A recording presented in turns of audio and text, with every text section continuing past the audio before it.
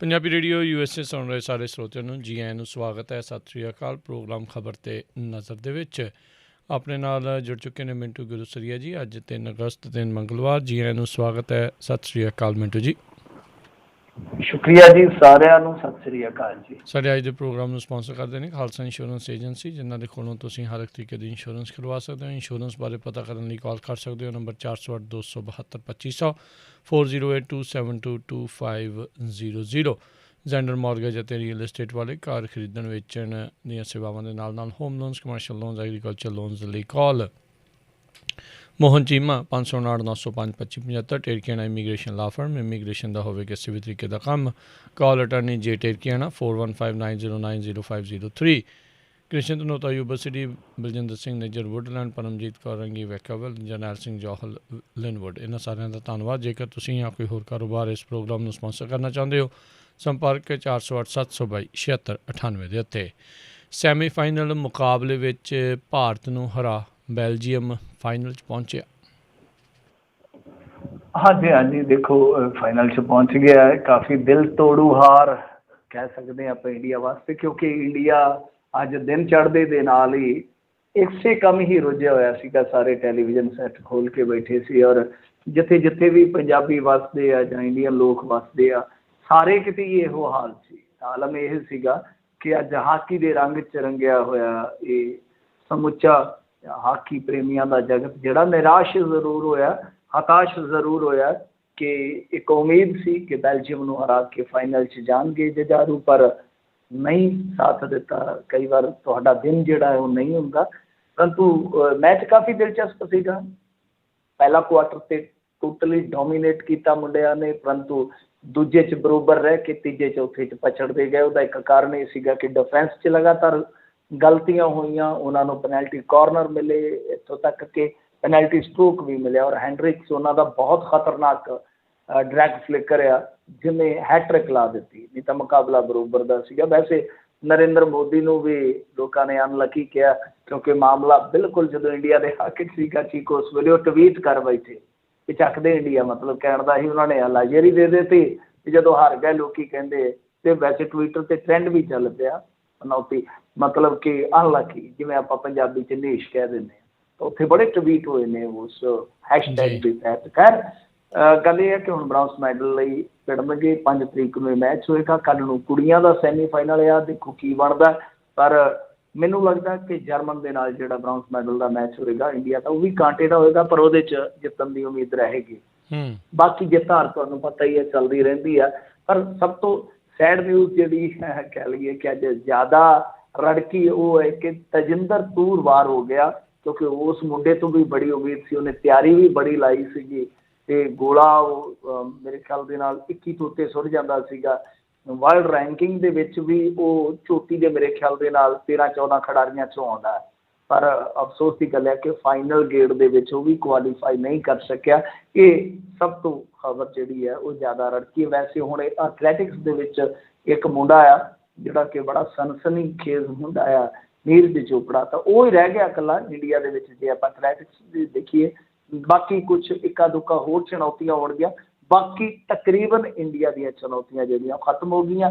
ਬਹਰਹਾਲ ਕਹਿ ਲਓ ਕਿ ਪੰਜਾਬੀਆਂ ਨੂੰ ਖੁਸ਼ ਹੋਣ ਦਾ ਮੌਕਾ ਮਿਲਿਆ। ਹਾਕੀ ਨੇ ਬਹੁਤ ਦਿੱਤਾ, ਕਮਲਪ੍ਰੀਤ ਨੇ ਦਿੱਤਾ, ਅਤੇ ਬਾਕੀ ਵੈਸੇ ਤਾਂ ਤੁਹਾਨੂੰ ਪਤਾ ਪੰਜਾਬੀ ਹਰੇਕ ਖੇਡ ਦੇ ਵਿੱਚੋਂ, ਹਰੇਕ ਮੈਚ ਦੇ ਵਿੱਚੋਂ ਹੀ ਰਸ ਲੈ ਲੈਂਦੇ ਆ। ਜਿੱਤ ਤਾਂ ਚੱਲਦੀ ਰਹਿੰਦੀ ਆ, ਪਰ ਇੱਕ ਗੱਲ ਜਿਹੜੀ ਆ ਉਹ ਮੰਨਣ ਵਾਲੀ ਆ ਕਿ ਬੈਲਜੀਅਮ ਦੀ ਟੀਮ ਨੇ ਥੋੜ੍ਹੇ ਸਮੇਂ ਦੇ ਵਿੱਚ ਜਿਹੜਾ ਮੁਕਾਮ ਹਾਸਲ ਕੀਤਾ। ਇਹਨਾਂ ਦਾ ਸਫ਼ਰ ਇਕੱਠਿਆਂ ਦਾ ਹੀ ਤਕਰੀਬਨ ਸ਼ੁਰੂ ਹੁੰਦਾ, ਪਤਨ ਵੀ ਇਕੱਠਿਆਂ ਦਾ ਹੀ ਸ਼ੁਰੂ ਹੋਇਆ ਸੀ ਦੇ ਦਹਾਕੇ ਤੋਂ। ਜੇ ਤੁਸੀਂ ਦੇਖੋਗੇ ਤਾਂ 24 ਸਾਲਾਂ ਬਾਅਦ ਕੁਆਲੀਫਾਈ ਕੀਤਾ ਸੀ ਬੈਲਜੀਅਮ ਨੇ, ਤਾਂ ਉਹੀ ਉਹ ਦੌਰ ਸੀਗਾ ਇੰਡੀਆ ਦਾ ਜਦੋਂ ਇੰਡੀਆ ਰਿਵਾਈਵਲ ਵਾਸਤੇ ਸਟਰਗਲ ਕਰ ਰਿਹਾ ਸੀਗਾ। ਇੱਕਾ ਦੁੱਕਾ ਸਟਾਰ ਖਿਡਾਰੀ ਆਉਂਦੇ ਸਨ, ਇੱਕਾ ਦੁੱਕਾ ਮੈਚ ਕੱਢ ਦਿੰਦੇ ਸਨ, ਪਰੰਤੂ ਲਗਾਤਾਰਤਾ ਨਹੀਂ ਸੀਗੀ। ਤਾਂ ਉੱਥੋਂ ਉਹਨਾਂ ਦੀ ਹਾਕੀ ਜਿਹੜੀ ਆ ਉਹ ਵੱਜਣੀ ਸ਼ੁਰੂ ਹੋਈ। ਉਹਨਾਂ ਦਾ ਵੀ ਕਿਤੇ ਨਾ ਕਿਤੇ ਮਾਮਲਾ ਜਿਹੜਾ ਟਰੈਕ 'ਤੇ ਆ ਗਿਆ। ਫਿਰ ਹੌਲੀ ਹੌਲੀ ਇੰਡੀਆ ਦੀ ਟੀਮ ਵੀ ਸੈੱਟ ਹੋ ਗਈ। ਤਾਂ ਦੋਨੇ ਟੀਮਾਂ ਬਰਾਬਰ ਹੀ ਸੀ, ਜਿੱਤਣਾ ਤਾਂ ਪਰ ਤੁਹਾਨੂੰ ਪਤਾ ਹੀ ਇੱਕ ਨੇ ਆ। ਖੈਰ ਕੋਈ ਗੱਲ ਨਹੀਂ ਆ, ਹਾਰ ਕੋ ਜੀਤ ਕੇ ਇਮਕਾਨ ਸੇ ਬਾਂਧੇ ਹੋਏ ਰੱਖ, ਆਪਣੀ ਮੁਸ਼ਕਿਲ ਕਿਸੇ ਆਸਾਨ ਸੇ ਬਾਂਧੇ ਹੋਏ ਰੱਖ। ਕਹਿੰਦੇ ਹੁੰਦੇ ਆ ਕਿ ਆਪਣੀ ਜਿੱਤ ਦੇ ਇਮਕਾਨ ਨੂੰ ਬੰਨੀ ਰੱਖ। ਉਹੀ ਹੈ ਕਿ ਆਉਣ ਵਾਲੇ ਸਮੇਂ ਦੇ ਵਿੱਚ ਜਿਹੜੀ ਹਾਰ ਆ ਉਹ ਜਿੱਤ ਦੇ ਇਮਕਾਨ ਨੂੰ ਲੈ ਕੇ ਕਿਤੇ ਨਾ ਕਿਤੇ ਉਮੀਦ ਦੇਵੇਗੀ। ਜੀ ਜੀ। ਅਗਲੀ ਜਿਹੜੀ ਮਿੰਟੂ ਜੀ ਗੱਲ ਕਰੀਏ, ਲੁਧਿਆਣੇ ਵਿੱਚ ਜਥੇਦਾਰ ਗਿਆਨੀ ਹਰਪ੍ਰੀਤ ਸਿੰਘ ਜੀ ਦਾ ਤਿੱਖਾ ਵਿਰੋਧ। ਹਾਂਜੀ ਦੇਖੋ, ਇਹ ਨਾ ਫੋਕਲ ਪੁਆਇੰਟ ਜਮਾਲਪੁਰ ਕਲੋਨੀ ਦੇ ਵਿੱਚ ਅਰਬਨ ਸਟੇਟ ਵਿਖੇ ਚੈਰੀਟੇਬਲ ਹਸਪਤਾਲ ਦਾ ਉਦਘਾਟਨ ਕਰਨ ਆਏ ਸੀਗੇ। ਤਾਂ ਇੱਥੇ ਕੁਛ ਸਿੱਖ ਜਥੇਬੰਦੀਆਂ ਜਿਨ੍ਹਾਂ ਦੇ ਵਿੱਚ ਪੰਥਕ ਅਕਾਲੀ ਲਹਿਰ, ਧਰਮ ਪ੍ਰਚਾਰ ਲਹਿਰ, ਇਹਨਾਂ ਦੇ ਕਾਰਕੁਨ ਜਿਹੜੇ ਆ ਕੁਛ ਆਏ ਸਨ, ਕੁਛ ਬੀਬੀਆਂ ਵੀ ਸੀਗੀਆਂ। ਤਾਂ ਕਾਫੀ ਜ਼ਿਆਦਾ ਵੱਡਾ ਵਿਰੋਧ ਹੋਇਆ, ਤਿੱਖਾ ਵਿਰੋਧ ਹੋਇਆ। ਹਾਲਾਂਕਿ ਭਾਰੀ ਫੋਰਸ ਮੌਕੇ ਤੇ ਪਹੁੰਚ ਗਈ, ਪ੍ਰਦਰਸ਼ਨਕਾਰੀਆਂ ਨੂੰ ਸੜਕ ਤੇ ਰੋਕ ਲਿਆ ਗਿਆ। ਇਹਨਾਂ ਦੀ ਅਗਵਾਈ ਵਿਸਾਖਾ ਸਿੰਘ ਜੀ ਤੇ ਬੋਤਾ ਸਿੰਘ ਜੀ ਕਰ ਰਹੇ ਸੀਗੇ ਤੇ ਉਹਨਾਂ ਦੀ ਮੇਨ ਮੰਗ ਜਾਂ ਕਹਿ ਲਓ ਜਿਹੜੇ ਸਵਾਲ ਸੀਗੇ ਉਹ ਇਹੋ ਹੀ ਸੀਗੇ ਕਿ ਬਰਗਾੜੀ ਕਾਂਡ ਦੇ ਦੋਸ਼ੀਆਂ ਨੂੰ ਸ੍ਰੀ ਅਕਾਲ ਤਖਤ ਸਾਹਿਬ ਤੇ ਕਦੋਂ ਤਲਬ ਕੀਤਾ ਜਾਊਗਾ। ਮਤਲਬ ਕਿ ਤੁਸੀਂ ਇਕੱਤਰਤਾ ਕਰ ਲਈ ਤੇ ਉਹਨਾਂ ਦੀ ਤਲਬ ਹੀ ਕਦੋਂ ਕਰੋਗੇ।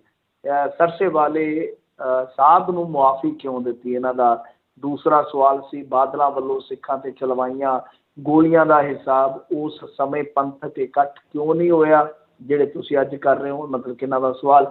ਜਥੇਦਾਰ ਦੱਸਣ ਸ੍ਰੀ ਗੁਰੂ ਗ੍ਰੰਥ ਸਾਹਿਬ ਜੀ ਦੇ 328 ਸਰੂਪ ਕਿਸ ਨੂੰ ਵੇਚੇ ਗਏ। ਜਥੇਦਾਰ ਸਾਹਿਬ ਨੂੰ 6 ਸਾਲ ਮਗਰੋਂ ਬੇਅਦਬੀ ਦੀ ਯਾਦ ਕਿਉਂ ਆਈ। ਅਜਿਹੇ ਸਵਾਲ ਮਤਲਬ ਕਿ ਉਹ ਉੱਥੇ ਪੁੱਛ ਰਹੇ ਸਨ। ਕੁਛ ਤਖਤੀਆਂ ਵੀ ਸੀਗੀਆਂ ਜਿਨ੍ਹਾਂ ਤੇ ਲਿਖਿਆ ਸੀਗਾ ਕਿ ਜਥੇਦਾਰ ਬਾਦਲ ਪਰਿਵਾਰ ਦੇ ਗੁਲਾਮ ਕਦੋਂ ਤੱਕ ਰਹਿਣਗੇ, ਬਰਗਾੜੀ ਕਾਂਡ ਦੇ ਦੋਸ਼ੀਆਂ ਨੂੰ ਸਜ਼ਾ ਦਿਓ। ਮਤਲਬ ਕਿ ਇਸ ਤਰ੍ਹਾਂ ਦੇ ਪੋਸਟਰ ਵੀ ਲਹਿਰਾਏ ਗਏ। ਖੈਰ ਵਿਰੋਧ ਨੂੰ ਵੈਸੇ ਕਿਉਂਕਿ ਤੁਹਾਨੂੰ ਪਤਾ ਵਿਦਵਾਨ ਆਦਮੀ ਜਿਹੜੇ ਆ ਬੜੇ ਹਲਕੇ ਫੁਲਕੇ ਅੰਦਾਜ਼ 'ਚ ਲੈ ਲੈਂਦੇ ਆ, ਆਲੋਚਨਾ ਨੂੰ ਬਰਦਾਸ਼ਤ ਕਰਦੇ ਆ। ਤਾਂ ਜਿਹੜੇ ਜਥੇਦਾਰ ਗਿਆਨੀ ਹਰਪ੍ਰੀਤ ਸਿੰਘ ਜੀ ਇਹ ਵੀ ਬਹੁਤ ਪੜ੍ਹੇ ਲਿਖੇ ਆ, ਤੁਹਾਨੂੰ ਪਤਾ ਹੀ ਹੈ। ਇੰਨਾ ਜ਼ਿਆਦਾ ਇਹਨਾਂ ਚੀਜ਼ਾਂ ਦਾ ਗੁੱਸਾ ਨਹੀਂ ਮਨਾਉਂਦੇ ਤੇ ਵੈਸੇ ਉਹਨਾਂ ਨੇ ਗੱਲਬਾਤ ਕੀਤੀ ਆ, ਇਹਨਾਂ ਦੇ ਨਾਲ ਗੱਲਬਾਤ ਕੀਤੀ ਆ। ਪਰ ਗੱਲਬਾਤ ਤੋਂ ਬਾਅਦ ਉਹਨਾਂ ਦਾ ਜਿਹੜਾ ਵਰਸ਼ਨ ਸੀਗਾ ਉਹ ਕੁਛ ਇਸ ਤਰ੍ਹਾਂ ਦਾ ਸੀਗਾ ਕਿ ਦੇਖੋ ਜਿਹੜੀ ਗੱਲਬਾਤ ਹੋਏਗੀ ਮਤਲਬ ਕਿ ਇਹਨਾਂ ਤਮਾਮ ਮੁੱਦਿਆਂ ਤੇ ਜਿਹੜੀ ਵੀ ਕੋਈ ਗੱਲ ਹੋਣੀ ਆ ਉਹ ਹੋਣੀ ਆ ਸ੍ਰੀ ਅਕਾਲ ਤਖਤ ਸਾਹਿਬ ਤੇ, ਚੰਗੀ ਗੱਲ ਆ। ਪਰ ਉਹ ਅੱਗੇ ਕਹਿ ਰਹੇ ਆ ਕਿ ਇਹ ਲੋਕ ਜਿਹੜਾ ਤਰੀਕਾ ਅਪਣਾ ਰਹੇ ਨੇ ਇਹ ਗਲਤ ਹੈ, ਜੋ ਕਿ ਸ਼ਰਾਰਤੀ ਲੋਕਾਂ ਵੱਲੋਂ ਮਾਹੌਲ ਨੂੰ ਖਰਾਬ ਕਰਨ ਦਾ ਯਤਨ ਹੈ। ਤੇ ਇਸ ਤੇ ਫਿਰ ਜਿਹੜੇ ਵਿਖਾਵਾਕਾਰੀ ਸਨ, ਜਿਹੜੇ ਪ੍ਰਦਰਸ਼ਨ ਕਰ ਰਹੇ ਸਨ, ਤਾਂ ਉਹਨਾਂ ਨੇ ਕਿਹਾ ਕਿ ਦੇਖੋ ਹੁਣ ਅਸੀਂ ਸ਼ਰਾਰਤੀ ਤੱਤ ਹੋ ਗਏ।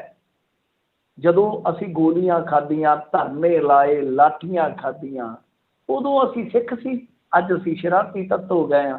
ਤਾਂ ਖੈਰ ਜੋ ਵੀ ਆ ਹੁਣ ਮਾਮਲਾ ਤੇ ਉਹੀ ਹੈ, ਤੁਹਾਨੂੰ ਪਤਾ ਹੀ ਹੈ ਕਿ ਇਕੱਤਰਤਾ ਤੋਂ ਬਾਅਦ ਕੁਛ ਚੀਜ਼ਾਂ ਇਹੋ ਜਿਹੀਆਂ ਗੁਜ਼ਰ ਰਹੀਆਂ ਨੇ ਜਿਨ੍ਹਾਂ ਨੇ ਇਹ ਫਿਰ ਇੱਕ ਵਾਰੀ ਖਦਸ਼ਾ ਪੈਦਾ ਕੀਤਾ ਹੈ ਕਿ ਸ਼ਾਇਦ ਅਕਾਲ ਤਖਤ ਸਾਹਿਬ ਦੇ ਜਥੇਦਾਰ ਜਿਹੜੇ ਆ ਉਹ ਇਲੈਕਸ਼ਨ ਕਰਕੇ ਅਕਾਲੀ ਦਲ ਨੂੰ ਡਿਫੈਂਡ ਕਰ ਰਹੇ ਨੇ ਇਨਡਾਇਰੈਕਟਲੀ। ਹੁਣ ਉਸ ਤੋਂ ਬਾਅਦ ਸਵਾਲ ਤੇ ਇਸ ਗੱਲ ਕਰਕੇ ਉੱਠ ਰਹੇ ਹਨ ਨਾ ਕਿ ਜਦੋਂ ਵੀ ਤੁਸੀਂ ਉੱਥੇ ਗੱਲ ਕੀਤੀ ਇਕੱਤਰਤਾ ਦੇ ਵਿੱਚ, ਚਾਹੇ ਉਹ ਰਣਵੀਰ ਸਿੰਘ ਖੱਟੜਾ ਹੋਣ ਤੇ ਚਾਹੇ ਬੀਬੀ ਜਗੀਰ ਕੌਰ, ਤੁਸੀਂ ਉਦੋਂ ਗੱਲ ਸ਼ੁਰੂ ਕਰ ਰਹੇ ਹੋ ਜਦੋਂ ਅਕਾਲੀ ਸਰਕਾਰ ਜਿਹੜੀ ਹੈ ਉਹ ਆਪਣਾ ਕਾਰਜਕਾਲ ਮੁਕਾ ਲੈਂਦੀ ਹੈ, ਜਾਂ ਕਹਿ ਲਓ ਕਿ ਉਹਨਾਂ ਦੀ ਭੂਮਿਕਾ ਖਤਮ ਹੋ ਜਾਂਦੀ, ਤੁਸੀਂ ਉੱਥੋਂ ਗੱਲ ਸਟਾਰਟ ਕਰ ਰਹੇ ਹੋ। ਤੇ ਜੇ ਤੁਸੀਂ ਗੱਲ ਨੂੰ ਪਿੱਛੋਂ ਸਟਾਰਟ ਕਰੋ, ਗੱਲ ਨੂੰ ਪਿੱਛੋਂ ਤੋਰੋ, ਮਤਲਬ ਕਿ ਉੱਥੇ ਇਕੱਤਰਤਾ ਦੇ ਵਿੱਚ ਮੁੱਦਾ ਵਿਚਾਰੋ ਕਿ ਗਿਆਨੀ ਗੁਰਮੁਖ ਸਿੰਘ ਨੇ ਖੁਲਾਸੇ ਕਿਉਂ ਕੀਤੇ, ਉਹਦੇ ਖੁਲਾਸਿਆਂ ਦੇ ਕੀ ਮਾਇਨੇ ਸੀ, ਫਿਰ ਉਹ ਚੁੱਪ ਕਿਉਂ ਹੋ ਗਏ। ਗਿਆਨੀ ਗੁਰਬਚਨ ਸਿੰਘ ਜੀ ਦੀ ਭੂਮਿਕਾ ਕੀ ਉਹ ਸਹੀ ਸੀ, ਫਿਰ ਅਵਤਾਰ ਸਿੰਘ ਮੱਕੜ ਹੋਰਾਂ ਦੇ ਉਹ ਜਿਹੜੇ 90 ਲੱਖ ਦੇ ਇਸ਼ਤਿਹਾਰ ਕੀ ਸਹੀ ਗਏ ਨੇ।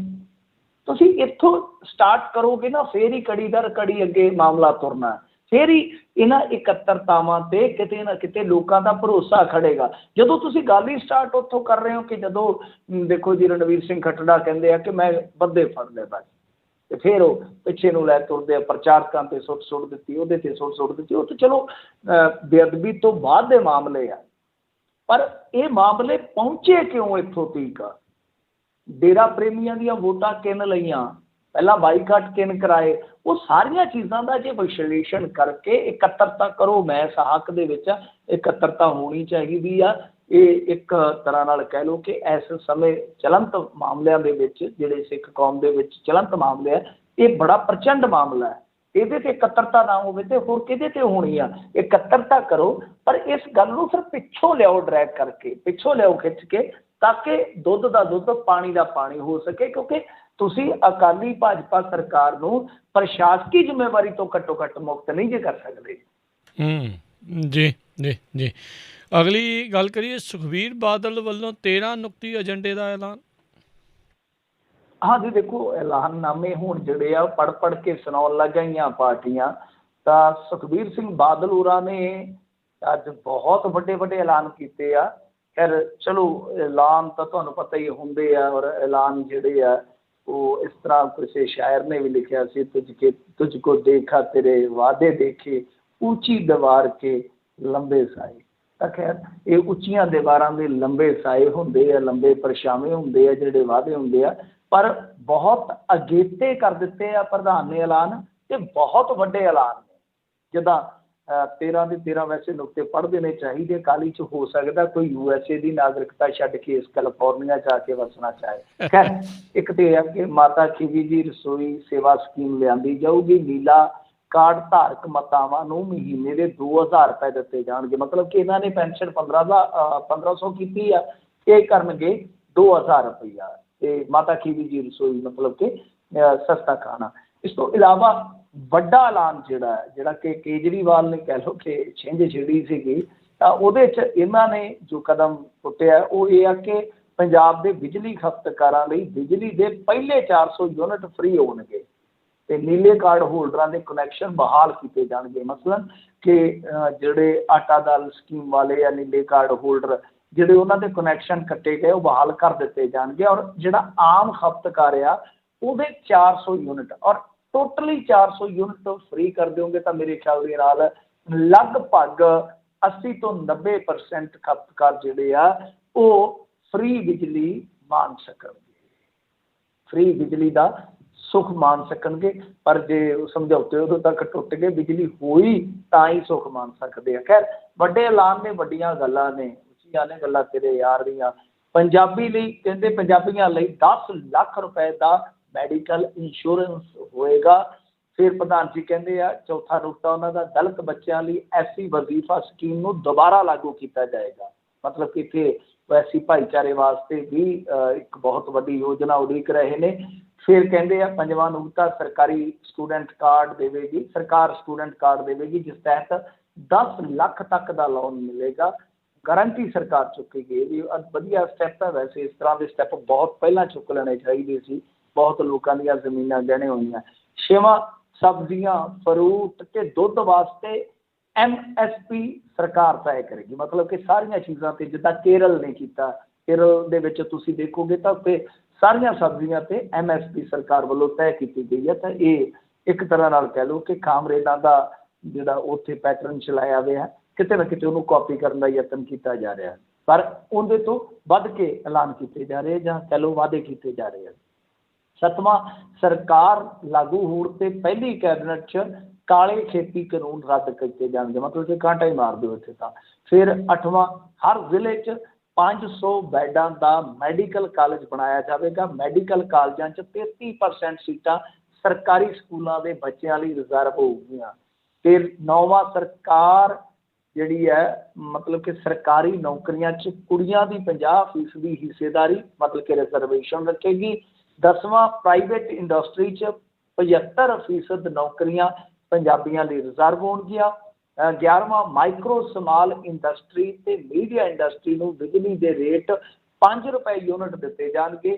ਵੱਡੀ ਇੰਡਸਟਰੀ ਨੂੰ ਸੋਲਰ ਨਾਲ ਜੋੜਿਆ ਜਾਏਗਾ। ਇਹ ਵੱਡਾ ਐਲਾਨ ਹੈ ਜੀ ਇੰਡਸਟਰੀ ਵਾਸਤੇ। ਮਤਲਬ ਕਿ ਜੇ ਤੁਸੀਂ ਦੇਖੋਗੇ ਆਮ ਵਰਗ ਨੂੰ ਵੀ ਉਹਨਾਂ ਨੇ ਮੱਦੇ ਨਜ਼ਰ ਰੱਖਿਆ, SC ਭਾਈਚਾਰੇ ਨੂੰ ਵੀ ਮੱਦੇ ਨਜ਼ਰ ਰੱਖਿਆ, ਔਰ ਇੰਡਸਟਰੀ ਨੂੰ ਵੀ ਮੱਦੇ ਨਜ਼ਰ ਰੱਖਿਆ। ਇਹ ਮੇਨ ਗੱਲ ਆ।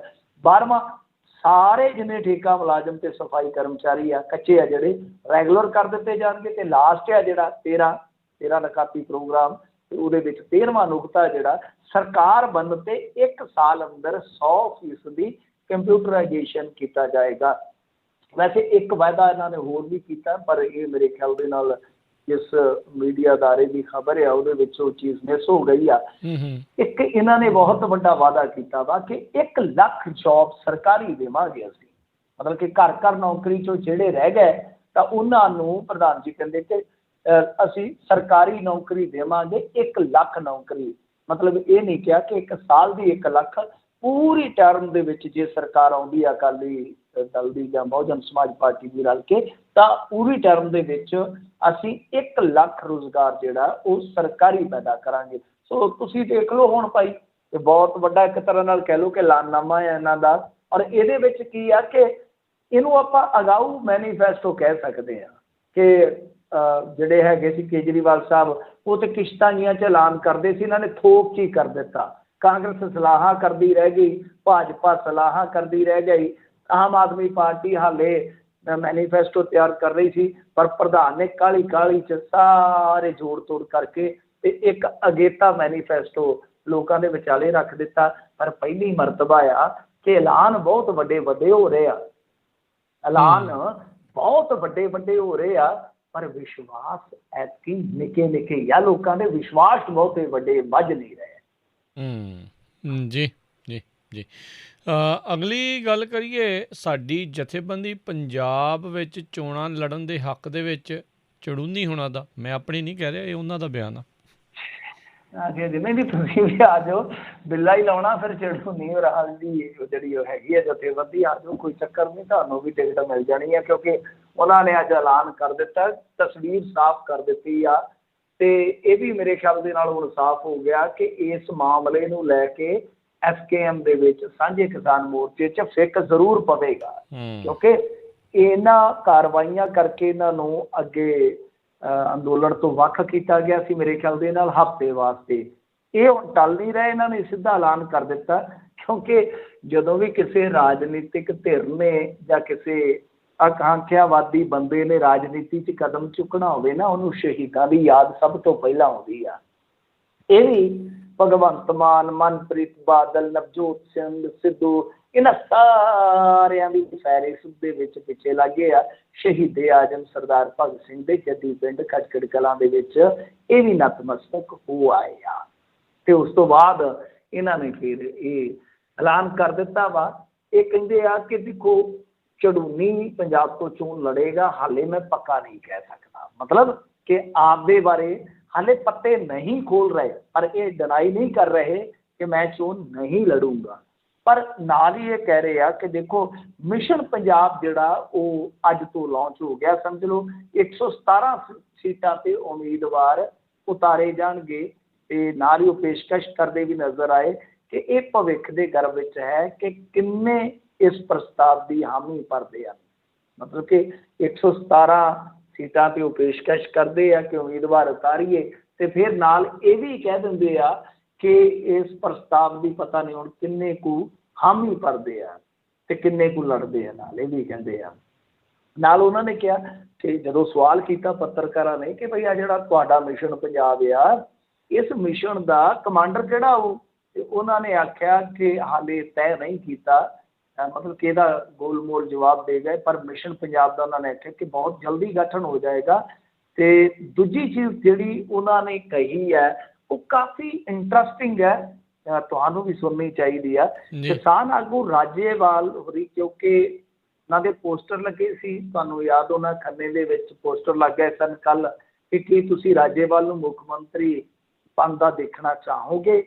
ਤੇ ਉਸ ਤੋਂ ਬਾਅਦ ਸੋਸ਼ਲ ਮੀਡੀਆ 'ਤੇ ਇਹ ਖਬਰ ਜਿਹੜੀ ਆ ਕਾਫੀ ਟਰੈਂਡ ਕੀਤੀ। ਉਸ ਤੋਂ ਬਾਅਦ ਉਹਨਾਂ ਨੇ ਤੇ ਰੱਦ ਕਰ ਦਿੱਤੀ ਇਸ ਸੰਭਾਵਨਾ ਨੂੰ, ਬਿਲਕੁਲ ਹੀ ਉਹਨਾਂ ਨੇ ਨਕਾਰ ਦਿੱਤਾ। ਭਾਰਤੀ ਕਿਸਾਨ ਯੂਨੀਅਨ ਰਾਜੇਵਾਲ ਵਾਲਿਆਂ ਨੇ ਕਿਹਾ ਕਿ ਵੇਖੋ ਗੱਲ ਇਹ ਆ ਕਿ ਇਹ ਸ਼ਰਾਰਤ ਕਰ ਰਹੀ ਹੈ ਭਾਰਤੀ ਜਨਤਾ ਪਾਰਟੀ, ਪਾਟਕ ਪਾਏ ਜਾ ਰਹੇ ਨੇ, ਅਸੀਂ ਨਾ ਇਲੈਕਸ਼ਨ ਲੜਨਾ ਤੇ ਨਾ ਹੀ ਕੋਈ ਸਾਡੀ ਤਿਆਰੀ ਆ। ਹਰਮੀਤ ਸਿੰਘ ਕਾਦੀਆਂ ਦੀ ਸਟੇਟਮੈਂਟ ਆ ਗਈ, ਉਹਨੇ ਕਿਹਾ ਨਾ ਇਲੈਕਸ਼ਨ ਅਸੀਂ ਨਹੀਂ ਲੜਾਂਗੇ, ਪਰ ਜਿਵੇਂ ਇਹ ਚੋਣ ਪ੍ਰਚਾਰ ਕਰਨਗੇ ਉਸੇ ਤਰ੍ਹਾਂ ਦਾ ਬਰੋਬਰ ਚੋਣ ਪ੍ਰਚਾਰ ਦੇ ਸਾਡਾ ਵੀ ਪ੍ਰੋਗਰਾਮ ਹੋਊਗਾ, ਅਸੀਂ ਵਿਰੋਧ ਕਰਾਂਗੇ ਠੋਕ ਕੇ। ਤਾਂ ਇਹ ਚੀਜ਼ਾਂ ਤਾਂ ਸਾਫ਼ ਹੋ ਗਈਆਂ। ਪਰ ਚੜੂਨੀ ਸਾਹਿਬ ਜੋ ਗੱਲ ਕਹਿ ਰਹੇ ਆ, ਉਹ ਕਹਿੰਦੇ ਆ ਕਿ ਰਾਜੇਵਾਲ ਦਾ ਮਤਲਬ ਕਿ ਜੋ ਸੰਘਰਸ਼ ਹੈ ਉਹਦੇ 'ਤੇ ਸਵਾਲ ਚੁੱਕਦੇ ਆ। ਉਹ ਕਹਿੰਦੇ ਆ ਕਿ 51 ਸਾਲ ਦੇ ਸੰਘਰਸ਼ ਦਾ ਠੀਕ ਆ, ਤੇ ਇਹਦੇ ਨਾਲ ਸੁਧਾਰ ਕੀ ਹੋਇਆ ਪੰਜਾਬ ਦਾ ਭਾਈ, ਤੇ ਆਪਾਂ ਮਾਡਲ ਪੰਜਾਬ ਬਣਾਈਏ, ਫਿਰ ਉਸ ਤੋਂ ਬਾਅਦ ਆਪਾਂ ਤੇ 2024 'ਚ ਫਿਰ ਇੰਡੀਆ ਨੂੰ ਸਰ ਕਰਨ ਤੁਰਾਂਗੇ। ਸੋ ਚੜੂਨੀ ਸਾਹਿਬ ਇੱਕ ਤਰ੍ਹਾਂ ਨਾਲ ਕਹਿ ਲਓ ਕਿ ਜਿਹੜੀ ਉਹਨਾਂ ਦੀ ਵਿਚਾਰਧਾਰਾ ਹੈ मैं राजेवाल होਰਾਂ ਦੀ ਸਟੇਟਮੈਂਟ ਇਸ ਕਰਕੇ ਕੋਟ ਕੀਤੀ ਆ, ਵੈਸੇ ਉਹਨਾਂ ਦੀ ਆਪਣੀ ਨਹੀਂ ਹੈ, ਓਮਕਾਰ ਸਿੰਘ ਉਹਨਾਂ ਦੇ ਸਾਥੀ ਹੈ ਜਿਨ੍ਹਾਂ ਦੇ ਕੋਲ ਇਹਨਾਂ ਦਾ ਮੋਬਾਈਲ ਹੁੰਦਾ ਅਕਸਰ, ਤੇ ਕਾਫੀ ਪੁਰਾਣੇ ਸਾਥੀ ਹੈ। ਉਹਨਾਂ ਨੇ ਗੱਲ ਕੀਤੀ ਸੀ ਮੇਰੇ ਨਾਲ, ਉਹ ਕਹਿੰਦੇ ਕਿ ਨਹੀਂ ਐਸਾ ਕੁਛ ਨਹੀਂ, ਅਸੀਂ ਓਫੀਸ਼ੀਅਲੀ ਸਟੇਟਮੈਂਟ ਵੀ ਜਲਦੀ ਜਾਰੀ ਕਰਾਂਗੇ।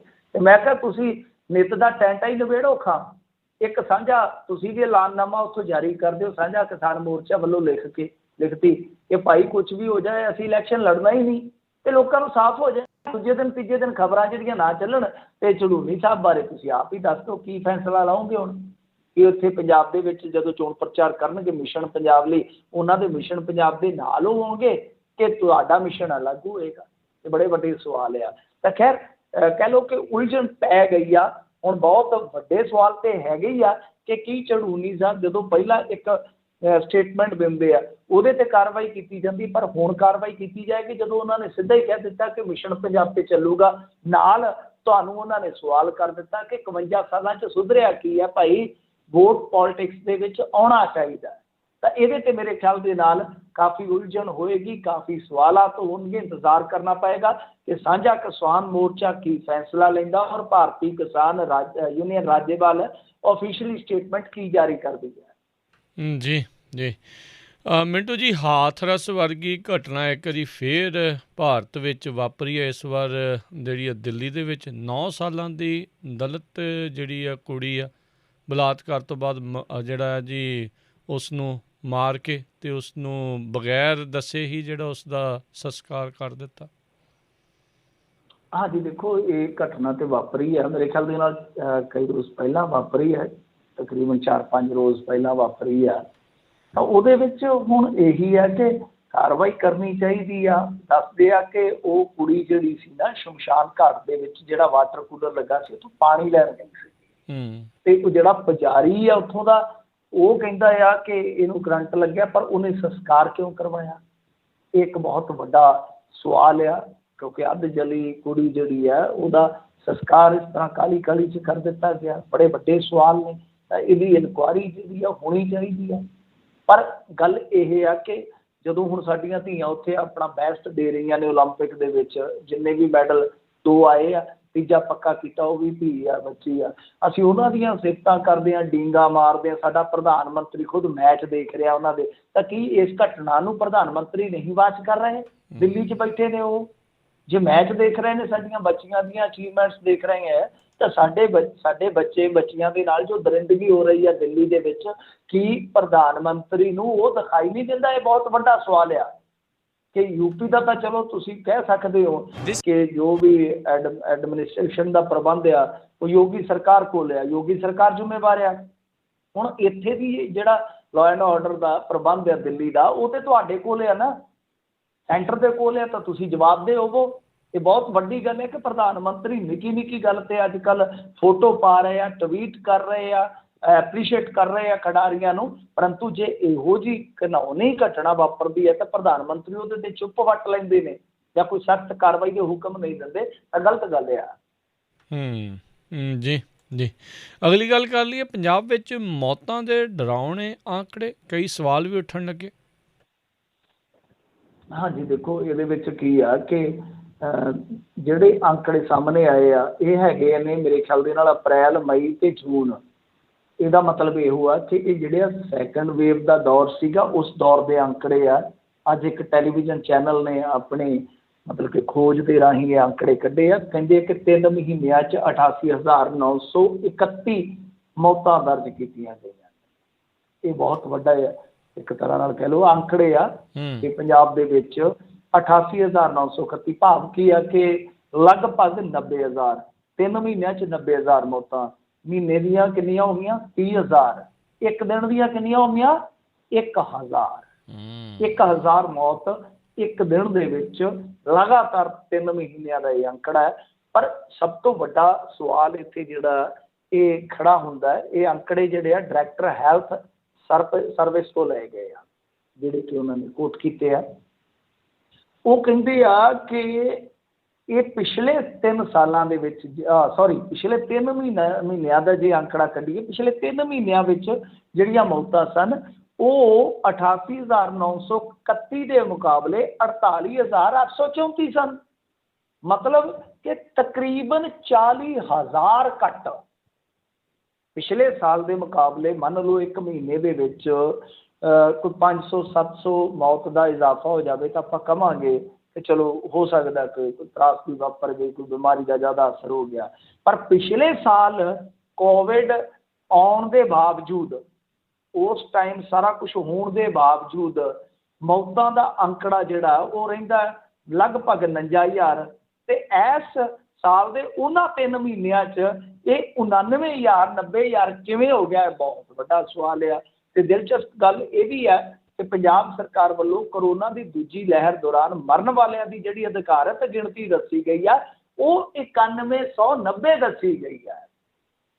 इस टाइम पीरियड के दौरान जी मतलब कि गिणती है तुम 10,000 ला लो, सीधा हिसाब है।